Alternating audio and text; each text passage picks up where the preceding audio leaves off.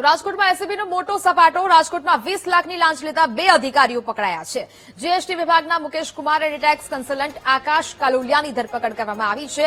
એસીબીએ 20 લાખની લાંચ લેવા મુદ્દે બંનેની ધરપકડ કરી છે. રાજકોટ એસટી બસ સ્ટેશન પાસે ક્રિએટિવ કોમ્પ્લેક્સમાં એસીબીએ ટ્રેપ ગોઠવી હતી.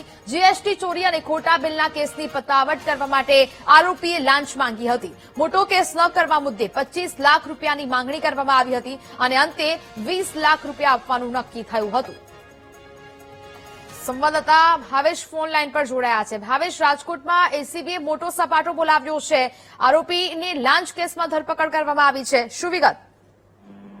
ચોક્કસથી નેહા, વધુ જે 2 ભ્રષ્ટાચારી અધિકારીઓ છે તેમને એસીબી દ્વારા ઝડપી પાડવામાં આવ્યા છે. રૂપિયા 20 લાખની લાંચ છે તે માંગી હતી. એક કેસમાં સમજાવટ માટે જીએસટીના અધિકારીઓએ રૂપિયા 25 લાખની માંગણી કરી હતી, પરંતુ 20 લાખમાં આખો કેસ છે તે નક્કી થયો હતો.